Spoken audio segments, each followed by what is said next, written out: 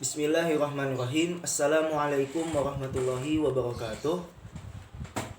Perkenalkan, nama saya Yohan Rizky Saputra dari kelas PAIC semester 5 ingin mempresentasikan makalah saya yang berjudul Prinsip-prinsip dalam pengembangan kurikulum. Dalam dunia pendidikan, tentunya kurikulum ini merupakan salah satu pondasi yang paling utama dalam membangun pembelajaran pendidikan. Sebagai seorang guru yang berkompeten, tentunya kita harus berpegang teguh kepada dasar-dasar prinsip kurikulum, sehingga pencapaian dalam pendidikan itu lebih bermutu, lebih berkualitas, lebih optimal, dan lebih maksimal hasilnya. Pengembangan kurikulum adalah sebuah proses untuk menghasilkan kurikulum baru melalui langkah-langkah penyusunan kurikulum atas dasar hasil penilaian yang dilakukan pada periode waktu tertentu. Dan prinsip dalam kurikulum itu merupakan jiwa atau ruh dalam kurikulum itu sendiri. Prinsip ini dibangun bertujuan sebagai landasan-landasan dalam pendidikan, sebagai asas dalam pendidikan. Kurikulum itu memiliki kedudukan sentral, penting dalam dunia pendidikan, sebab eksistensinya ialah mengarahkan segala bentuk aktivitas pendidikan, baik itu dari segi pembelajaran ataupun dari keterampilan, ya, demi tercapainya tujuan pendidikan.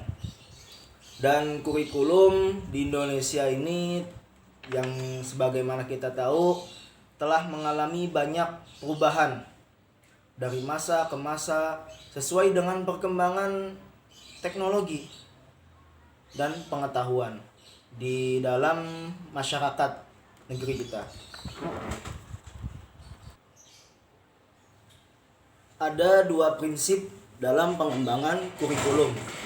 Yang pertama itu bersifat umum, yang kedua itu bersifat khusus. Saya akan bahas yang pertama, bersifat umum. Yang pertama ada prinsip relevansi, ya, relevan. Pengembangan kurikulum yang meliputi tujuan, isi, dan sistem penyampaian harus sesuai dengan keadaan dan kebutuhan di ranah masyarakat. Tingkat perkembangan dan kebutuhan siswa, serta keselarasan antara ilmu pengetahuan yang telah berkembang dan teknologi. Kemudian ada lagi prinsip kontinuitas. Kurikulum itu disusun secara berkesinambungan, ya.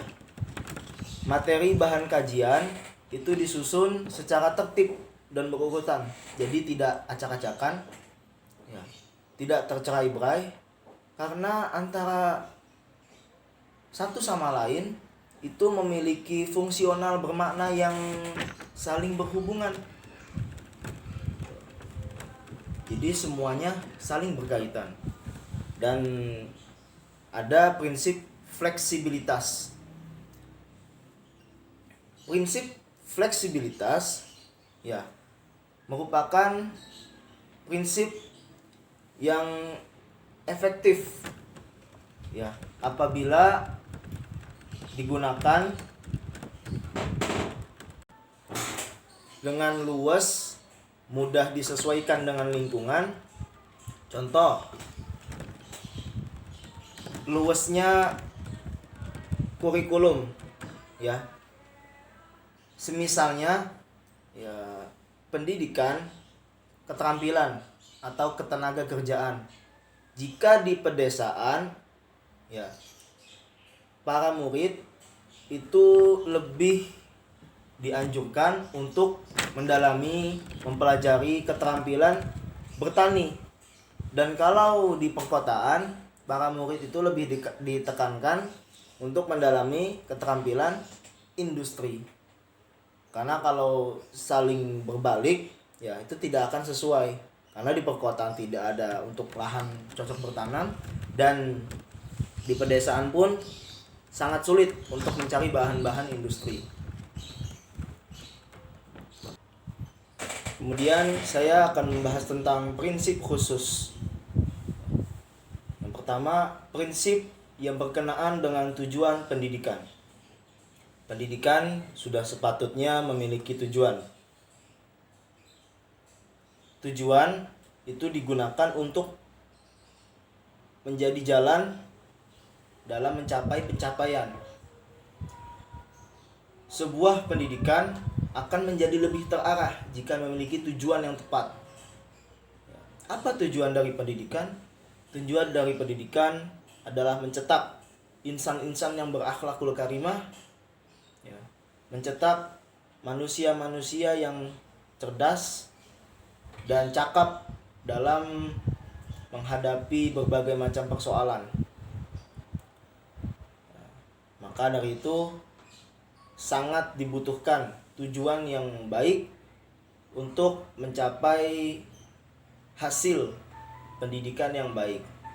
Kemudian ada prinsip-prinsip yang berkenaan dengan pemilihan isi pendidikan.